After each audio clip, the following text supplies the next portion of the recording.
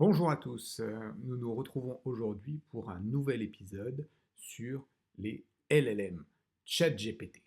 Qui aujourd'hui n'a pas entendu parler de ChatGPT? Ça va révolutionner le monde, tant de métiers qui vont être remplacés par l'intelligence artificielle. Alors, peut-être, mais n'est-ce pas là finalement de belles déclarations d'intention? Pour le tester, je me suis amusé à utiliser ChatGPT et à voir si réellement ça allait être notre prochain médecin. Vous allez voir, les résultats sont plutôt édifiants. Ce cours est vraiment très didactique puisque j'ai utilisé ChatGPT de manière la plus ludique possible pour expliciter mon propos. Je vais vous le dire dès à présent, vous pouvez continuer vos études de médecine, vous aurez du travail, ChatGPT n'est pas encore prêt pour remplacer les médecins. Et vous allez voir pourquoi. Alors, un peu de définition tout d'abord. ChatGPT ou ses concurrents BART, etc., sont des LLM. LLM, ça veut dire Large Language Model. Si on traduit en français, c'est toujours moins chic, grand modèle de langue. Bon, effectivement, donc ce sont des modèles de langage capables d'imiter notre langage basés sur de grosses cohortes de données. Les bases de données qui vont alimenter ces modèles s'appellent des corpus. Ça va être notamment du contenu Internet, des articles, de la presse, des articles scientifiques, des livres, des thésaurus éventuellement, etc. D'emblée, il y a une grosse différence à faire avec la façon dont nous apprenons le langage. C'est complètement différent. Vous avez tous vu un bébé apprendre à parler, il commence par apprendre des mots, il va les juxtaposer, surtout ça prend beaucoup de temps et c'est un processus laborieux qui a pour but d'établir un sens. Il va vouloir communiquer, puis au début on ne comprend pas ce qu'il dit, on va le corriger petit à petit. ChatGPT, c'est pas du tout pareil. Il va faire de la probabilité. C'est la probabilité que le mot se trouve à cet endroit-là, que ça soit le bon mot pour terminer la phrase. Donc tout est une question de mathématiques, de statistiques. Et ces statistiques, il va les établir par rapport à tout ce qu'il a pu lire dans son corpus. Quelle est la probabilité qu'à la fin de cette phrase, je trouve tel mot par rapport au nombre de fois où j'ai pu le voir? D'emblée, on comprend que plus le corpus va être important, et surtout plus on va faire travailler le modèle, c'est-à-dire qu'il va s'entraîner, produire des résultats, plus il sera efficace. Là-dessus, c'est un petit peu similaire à l'apprentissage de l'homme, puisqu'il va y avoir un système de renforcement. C'est-à-dire que pour l'entraîner, il va falloir lui dire parfois, bah là c'est bon, tu as raison, donc tu peux refaire ça, ou au contraire, non, non, ça c'est pas bon, c'est la mauvaise réponse. Les principes qui sous-tendent les LLM sont des réseaux de neurones. Donc il y a plusieurs couches, de nombreux paramètres. Chaque paramètre a plus ou moins d'importance et à la fin, on aboutit au résultat. Je ne vais pas vous détailler le modèle mathématique, déjà parce que je n'en suis pas capable, ce n'est pas mon métier, en plus, ce n'est pas notre sujet aujourd'hui. Nous, on veut voir si ChatGPT ferait un bon médecin et c'est ça qu'on va juger. En revanche, je peux vous dire que les LLM sont entraînés sur de vastes ensembles de données textuelles, donc on lui a donné des phrases déjà faites pour qu'il apprenne en quelque sorte à imiter notre langage. Et le but, ça va être d'imiter notre structure de langue, les motifs, les nuances du langage humain, moyennant quoi, parfois, il va réussir à faire des blagues, il va pouvoir se tromper avec beaucoup d'aplomb, et nous verrons ça par la suite. Pour ceux qui ont suivi les premiers cours, on retrouve dans les LLM de l'apprentissage supervisé et de l'apprentissage non supervisé. Donc au passage, ça veut dire que dans ces solutions, vous comprenez qu'il y a beaucoup de gens qui doivent travailler pour développer ces modèles, que ça soit à la phase d'entraînement, mais aussi dans le développement, avec notamment le renforcement positif ou négatif dont j'ai parlé juste avant. Ça a un certain nombre de limitations. Bien entendu, il va y avoir tout d'abord les biais liés à l'entraînement. Si on considère un modèle comme ChatGPT qui est entraîné principalement sur les données disponibles sur Internet, on sait que les pays du Nord, les pays industrialisés, sont très largement surreprésentés dans les contenus disponibles sur Internet. Donc forcément, ça va biaiser nos questions et les réponses. Ça va biaiser à la fois en termes de qualité de réponse et d'équité sur les réponses. Ensuite, j'ai dit précédemment, ça n'apprend pas un langage comme un bébé humain. Ça raisonne avec des probabilités de mettre les mots les uns à la suite des autres. Donc il n'y a pas de vraie compréhension. C'est certes tellement puissant que les phrases, syntaxiquement, elles sont parfaitement correctes. Mais pour autant, il n'y a pas de compréhension et il n'y a pas de conscience du monde. Donc il peut tout à fait faire des erreurs ou avoir des réponses incorrectes.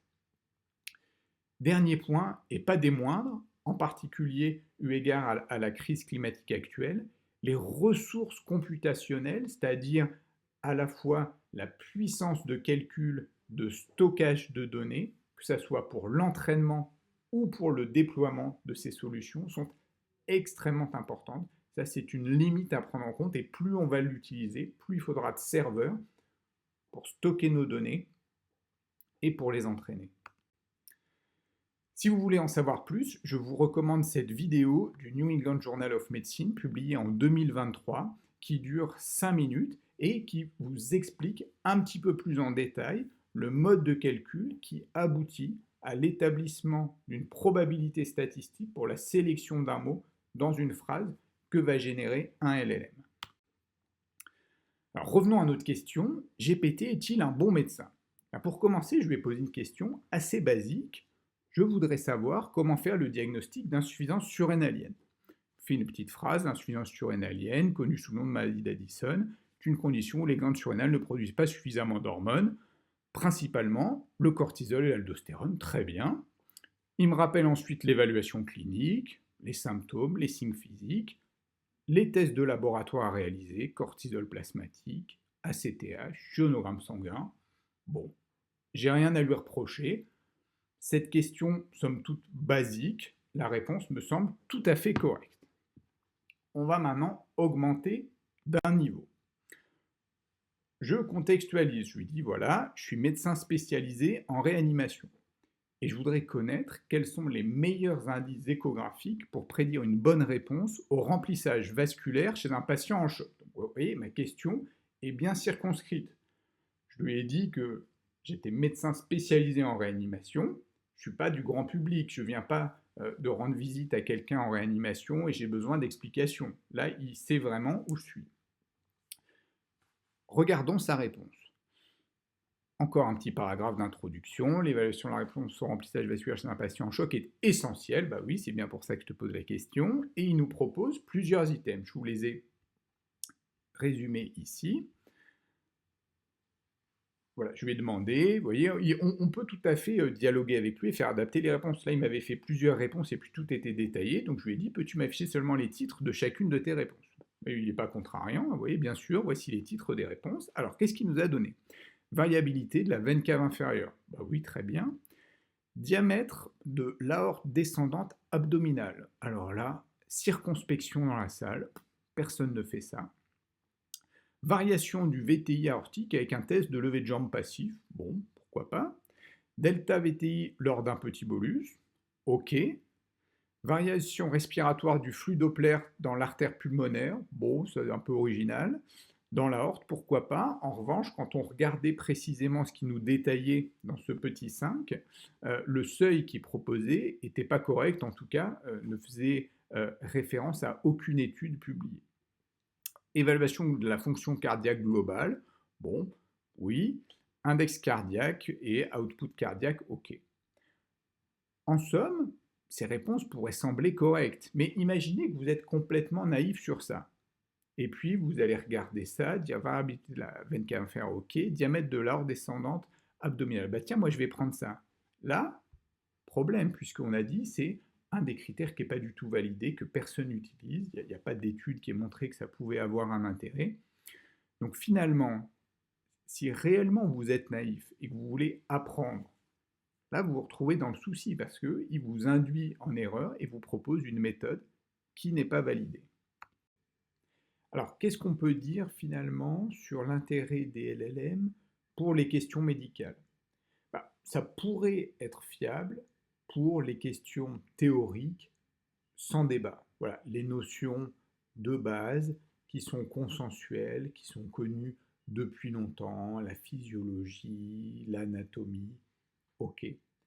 Attention, attention, dès que vous arrivez sur des questions spécialisées.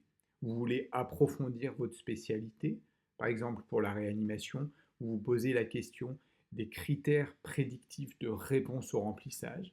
Ben là, vous voyez, il va nous donner des bonnes réponses avec les bons critères. Il va donner des mauvaises réponses, où là, clairement, il ne faut pas faire. Et il va donner des bonnes réponses, mais avec les mauvais critères ou les mauvais seuils. Et ça, vous le savez que si vous connaissez déjà la spécialité, que si vous connaissez déjà la réponse. Donc, vous ne pouvez pas apprendre. Donc, la plus grande prudence lorsque vraiment vous arrivez sur un domaine spécialisé et que vous voulez approfondir. Et surtout, on ne peut pas visualiser les sources. C'est-à-dire que si on veut vérifier, par exemple ce que je vous disais tout à l'heure par rapport au seuil de variabilité de l'ITV, il ne nous donne pas ces études, on ne peut pas savoir. On ne peut même pas savoir s'il y en a plusieurs, s'il n'y en a qu'une seule. Il n'est pas question de changer une pratique médicale sur la foi d'une étude ni de deux études, il en faudra plusieurs, il faut toujours confirmer les résultats. Continuons un petit peu. Là, je lui ai posé une question un peu provocante. Est-ce que tu penses que tu peux m'aider à améliorer mes connaissances en médecine? Alors là, ChatGPT, il n'a aucun doute. Absolument, je serais ravi de t'aider. Nous pouvons aborder une variété de sujets tels que la révision des concepts clés, mise à jour sur les dernières recherches, examen des cas cliniques, révision des procédures. Je propose même de discuter sur les articles scientifiques et de me préparer aux examens, c'est très gentil. Concrètement, je ne vois pas bien comment on va faire, surtout avec ce qui vient après. Alors, avant d'aller un peu plus en avant dans les critiques, il faut quand même reconnaître un intérêt majeur, c'est qu'il est capable de s'exprimer avec une syntaxe correcte, et ce, dans n'importe quelle langue. Pour le français, ma langue maternelle, ça ne va pas m'être très utile. En revanche, pour écrire un texte en anglais, et notamment s'assurer qu'il n'y ait pas de faute, là, ça a un vrai intérêt. Alors, je recommence mon petit contexte. Je fais également de la recherche en médecine et je suis en train d'écrire un article pour une revue scientifique. Pourrais-tu, s'il te plaît, me mettre en gras les erreurs d'anglais dans mon texte? Le voici. Donc en dessous, je mets le texte. Et donc voici, il m'a mis en gras les erreurs dans le texte. Et puis, il est tellement sympa qu'il me fait là, effectivement, un petit cours d'anglais. Vous voyez, à la fin, il me dit gold standard, l'expression correcte est en minuscule. Deuxième faute, j'ai mis are, il faudrait mettre is, parce que le sujet, the gold standard, est singulier, etc. Alors là, franchement, il n'y a rien à dire, il y a un vrai intérêt, et n'importe qui, grâce à un tel LLM, peut réussir à faire corriger un texte, et je vous recommande sincèrement d'utiliser ça pour vos publications scientifiques. Pas forcément vous en vanter, mais en tout cas, vous avez moyen, là, d'avoir un texte dans lequel il n'y ait plus aucune faute. Vous voyez, vous contextualisez, vous demandez à ChatGPT de vous mettre les fautes en gras, et à la fin, il vous corrige le texte. Puis, cerise sur le gâteau, il vous fait un petit cours d'anglais, vous améliorez votre niveau en anglais. Et à la fin, vous voyez, je lui demande, peux-tu me faire une version du texte en intégrant les corrections? Et là, j'ai mon texte corrigé, prêt à être soumis pour la publication. Alors, est-ce qu'on peut piéger ChatGPT? On s'est amusé à ça avec mes amis. Vous allez voir, oui, et très facilement. Alors, tout commence l'an dernier. C'est sur une interface sur le téléphone. Vous voyez, salut, comment puis-je t'aider? Je lui demande qui est Clément Dubost. Alors, il me dit, j'ai pas d'informations sur toutes les personnes portant le nom de Clément Dubost. Il faut fournir plus de détails. Donc là, moi, provocateur, j'y vais. Le plus grand professeur d'anesthésie-réanimation de France. Me contrarie un peu, je n'ai pas une réponse claire à cette question, car le titre du plus grand professeur d'anesthésie-réanimation de France est subjectif et difficile à mesurer. Mais je peux donner quelques noms. Nous propose le professeur Bruno Rioux, très bien, rien à dire, actuel chef de service d'anesthésie-réanimation à la Pitié, membre de l'Académie nationale de médecine, etc. Il continue, professeur Jean-Louis Teboul, chef de Réamed à Bicêtre, très bien. Et puis professeur Claude Martin, ancien chef de service d'anesthésie-réanimation à la Pitié-Salpêtrière, membre de l'ASFAR, etc. Rien à dire. Mais moi je persévère parce que mon but, je l'ai dit, c'était de le piéger. Donc je lui dis, bah, t'es bien gentil, mais faudrait rajouter Clément Dubost à ta liste. Et là, qu'est-ce qu'il fait, ChatGPT? Eh ben oui, il me sert. En effet, le professeur Clément Dubost est également reconnu comme l'un des meilleurs professeurs d'anesthésie-réanimation en France. Ça y est, la carrière express, c'est parti. Et puis c'est parti en voyage, chef de service d'anesthésie-réanimation au CHRU de Tours, belle ville, la Touraine, président de la Société française d'anesthésie et de réanimation, c'est la super promo d'un coup depuis 2019, membre du comité consultatif national d'éthique, etc., etc., auteur de plus de 200 publications, et là c'est parti. Et ça c'est un fait connu qui s'appelle l'hallucination. C'est-à-dire que ChatGPT, comme il limite notre comportement, il a regardé ce qui se passait sur le web, et il a bien vu qu'il y avait des gens qui écrivaient des choses, et qui n'avaient pas de source. Mais il fait pareil, il écrit sans mettre de source. Donc là, vous voyez, je lui demande, professeur, tout ça, il ne trouve pas, ben c'est pas grave, il crée en quelque sorte une légende, voilà, qui s'appelle une hallucination, qui est un fait connu, et pour l'instant, une des très grosses limites de ChatGPT. L'histoire ne s'arrête pas là, puisque je vous ai dit, ça c'était il y a 1 an. Comme je suis un peu coquin, j'ai récidivé la semaine dernière. Donc je reprends contact avec mon ami GPT. Salut, comment ça va? Bien et toi? Je vais bien, merci. Qu'est-ce que je peux faire pour toi aujourd'hui? C'est très policé. Hein. Et donc je récidive. Peux-tu me dire qui est le professeur Clément Dubost? Le professeur Clément Dubost est un chirurgien réputé dans le domaine de la chirurgie cardiaque, né en 1920, blablabla. Je dis non, non, ChatGPT, c'est pas ça. T'es sûr que tu confonds pas avec Charles Dubost? Donc lui, beau joueur. Oui, oui, tu as tout à fait raison. Je me suis trompé. C'est Charles Dubost, le célèbre chirurgien cardiaque. Bah oui. Il va quand même me servir. Clément Dubost, en revanche, est un professeur de droit privé français, spécialiste en droit des affaires. Bon, non, là, on n'y est pas. Désolé, GPT, ça va pas.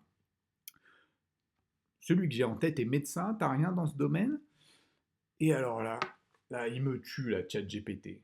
Il semble que Clément Dubost ne soit pas une personnalité largement connue dans le domaine de la médecine, ou alors il n'est pas largement référencé. Allez, c'est bon, voilà. Rideau, on arrête le cours, je peux aller me coucher, c'est fini, merci à tous. Éventuellement, il est possible qu'il soit un médecin ou un chercheur plus localisé ou moins médiatisé. Dommage. Donc vous voyez quand même que d'une année sur l'autre, on a tout perdu, il n'a pas enregistré, rien retenu, et il sort des réponses complètement fantaisistes. Alors, il existe un autre site qui s'appelle Dougal GPT et qui lui prétend être développé pour les cliniciens. Alors, je lui ai demandé directement, salut Dougal, peux-tu me dire ce que tu es et sur quoi tu es basé? Lui répond, je suis ChatGPT, modèle de langage développé par OpenAI, basé sur GPT-4, etc. Et puis si on insiste un peu, il nous dit, voilà, c'est un assistant conversationnel basé sur l'intelligence artificielle conçu pour aider les cliniciens. Bon, ça a l'air plutôt intéressant pour nous. Alors, je creuse un petit peu, puisque vous l'aurez compris, je suis un garçon opiniâtre. Donc, je lui dis, mais j'aurai les mêmes réponses ici que sur ChatGPT. Là, il m'explique que bah, non, quand même, c'est du contenu spécialisé, un langage et une terminologie spécifique. On va parler médical, quoi, on se comprend, et c'est plus précis, plus fiable, avec des fonctionnalités avancées. Ça semble, somme toute, intéressant pour nous. On change un petit peu maintenant et on passe à la neuroréanimation.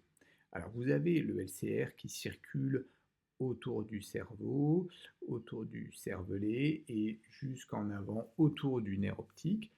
Quand il y a une augmentation de pression dans le LCR, cette augmentation de pression est transmise partout, y compris dans le LCR qui entoure le nerf optique. Et quand on se place derrière le globe oculaire, c'est de la graisse qui entoure les enveloppes du nerf optique. Donc, il est distensible à cet endroit. Quand on aura une augmentation de pression, ça va entraîner une distension des enveloppes du nerf optique qu'on va pouvoir mesurer, en particulier en échographie. Il y a plusieurs études qui ont montré qu'il y avait une relation qui était assez clairement établie entre le diamètre des enveloppes du nerf optique, donc incluant le LCR qui va pouvoir se dilater, et la pression intracrânienne. Alors, je demande à Google GPT ce qu'il en pense. Par exemple, quel est le seuil de diamètre des enveloppes du nerf optique qui définit un risque d'HTIC? Il ne se dégonfle pas, il connaît. Effectivement, les diamètres des enveloppes du nerf optique, ça se traduit par ONSD. Ça définit un risque d'hypertension intracrânienne avec un seuil de 5 mm. On peut mesurer en échographie ou en IRM. Là, je suis très embêté parce que je connais la réponse et je sais que ce n'est pas la bonne réponse. Donc, je le provoque un petit peu, je vais voir pourquoi il me dit ça. As-tu une référence pour étayer ce chiffre de 5 mm? Il me dit que les références récentes indiquent que c'est ce seuil et c'est des études et des revues de la littérature de 2024 qui confirment ce seuil comme étant un indicateur fiable pour détecter une élévation de la pression intracrânienne. Voilà, échec total, déception dans le public. On persévère quand même, donc je lui dis, je ne suis pas d'accord avec toi, je pense que le seuil, c'est 5,8 mm, ça fait 20% de différence. Il ne se dégonfle pas, hein. Il dit, oui, d'accord, ok, des valeurs couramment acceptées dans la littérature récente indiquent qu'un ONSD supérieur à 5,8 est souvent utilisé comme seuil pour suspecter une HTIC. Bon, il ne va pas jusqu'à faire amende honorable, mais il intègre en tout cas que voilà, c'est 5,8 nous qu'on veut retenir. Donc vous voyez un petit peu, quand on arrive vraiment sur la spécialité, il va vous donner des réponses, il va vous donner des réponses avec beaucoup d'aplomb, mais si vous ne la connaissez pas, vous la réponse, vous pouvez apprendre des choses fausses. Donc attention, attention. On change de domaine, on passe en infectiologie. Traitement en urgence d'une bactériémie à cocci positif en AMA. Alors, il me rappelle, bactériémie, souvent causée par Staphylococcus aureus, traitement d'urgence, des antibiotiques, couvrant les staphylocoques, vancomycine ou daptomycine. Bon, ok, identification, quand on identifie, on ajustera l'antibiotique en conséquence. On gère les foyers infectieux, on les éradique très bien. Support hémodynamique. Donc il a compris quand même qu'on était potentiellement sur un malade un peu grave, sepsis, choc septique, vasopresseur. Est-ce que ça vous va, vous, cette réponse? Moi, ça ne me va pas. Oui, c'est bien de mettre de la vancomycine. Mais là, à ce stade, ce que je ne sais pas, c'est si j'ai affaire à un SARM, auquel cas de la vancomycine, c'est très bien, ou au contraire, à un Staph aureus sensible à la méticilline, auquel cas, la bactéricidie, la vancomycine mettra beaucoup trop de temps à agir et on ne sera pas suffisamment, et en tout cas pas suffisamment rapidement, efficace sur un SAMS. Donc il faut associer un autre antibiotique, au moins jusqu'à savoir, jusqu'au moment où vous savez si c'est un SAMS ou un SARM. Donc là, je ne suis pas content. Quand on a communication du laboratoire d'une bactériémie à cocci plus en AMA, si le patient est grave, on associe un anti-SARM, un anti-SAMS, donc vancomycine et pénicilline, M, jusqu'à avoir l'identification ou la PLP2A. On continue avec l'endocardite infectieuse à Staph aureus sauvage. Alors, qu'est-ce qu'il me propose? Oxacilline 2 grammes toutes les 4 heures. En alternative, la céphazoline 2 grammes toutes les 8 heures. Durée de traitement 4 à 6 semaines. Surveillance, ajustement, surveiller régulièrement les hémocultures. Récupérer l'antibiogramme, éventuellement la chirurgie. Bon, très bien. Là, je n'ai rien à dire. Je suis satisfait de sa réponse. On continue avec la réanimation et en particulier avec un sujet difficile pour nous que sont les pneumopathies acquises sous ventilation mécanique. Et là, on va parler d'une pneumopathie acquise à Enterobacter cloacae. Là, qu'est-ce qu'il me dit? On commence par une antibiothérapie à large spectre couvrant les bacilles gram-négatifs, y compris les souches producteurs de BLSE, producteurs de bêta-lactamase AMP-C, carbapénem. Carbapénem, bah non, je ne vais pas donner de contexte où là, on allait mettre des carbapénem en première intention, en tout cas pas en France en 2024. Piperacillin tazobactam ou céphalosporine de 4e génération. Bah oui, bien sûr, mais il faut faire un choix, hein. Et là, il ne fait pas le choix, il ne nous dit pas. Donc encore une fois, c'est bien si vous connaissez la réponse, mais vous n'allez pas apprendre. Donc comment est-ce que vous allez choisir, vous, pour traiter un entérobactère cloaqué, entre l'association piperacillin tazobactam ou une céphalosporine de 4e génération? Il ne vous donne pas les sources, il ne vous dit pas comment faire. Donc moi, là, je ne suis pas content de sa réponse, je vais vous le donner.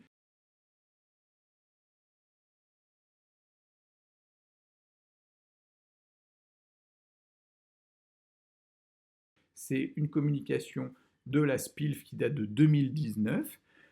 C'est que les entérobactéries du groupe 3 ont une céphalosporinase inductible qui s'appelle AMP-C et que toutes les entérobactéries du groupe 3 n'ont pas le même risque de déréprimer cette céphalosporinase. Donc on va les diviser en deux groupes.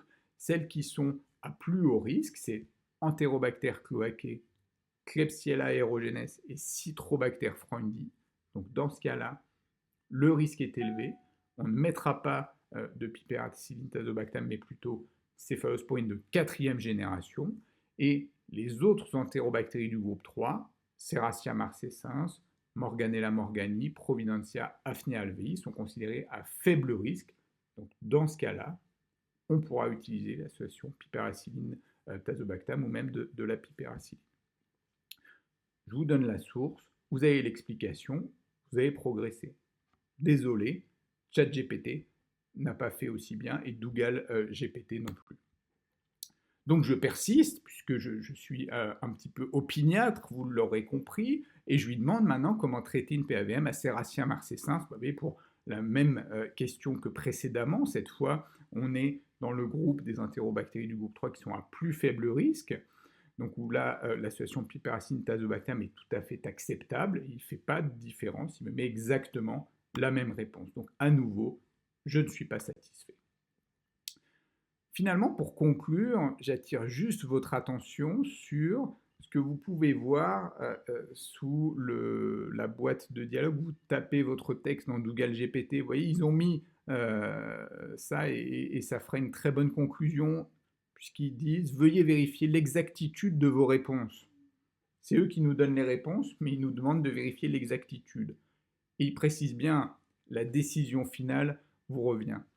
Donc pour l'instant, je vous recommande de vous fier à des sources que vous pouvez identifier, que vous pouvez critiquer, à vos thésaurus, et continuer à faire appel à votre réflexion. Pour l'instant, je ne crois pas que l'on puisse apprendre la médecine avec ChatGPT. Peut-être dans le futur, mais on se retrouvera dans quelques années à ce moment-là pour un autre cours. Si vous voulez en savoir plus, je vous ai remis la référence pour voir la vidéo du New England, et puis vous avez une autre vidéo sur YouTube qui est intéressante pour approfondir un peu le principe des LLM. J'espère que vous avez apprécié ce cours et je vous souhaite une bonne journée. Au revoir.